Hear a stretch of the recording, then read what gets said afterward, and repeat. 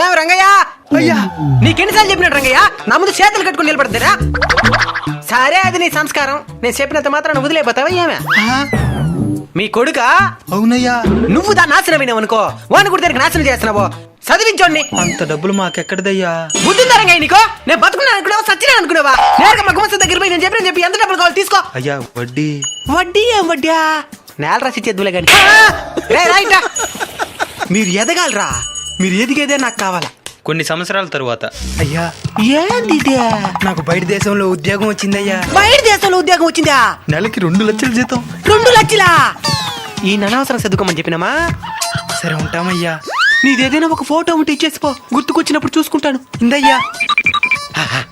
ఇందా చదవడా వేరే ఇంటెలిజెంట్ల పై ఎంతమందికి చేయలేదా? ఎదగాల, ఏదో మితంగా ఎదగాల. మాకంటే గొప్పగా ఏం ఎదిగేదే? సయ్యాడికి చేతబడి.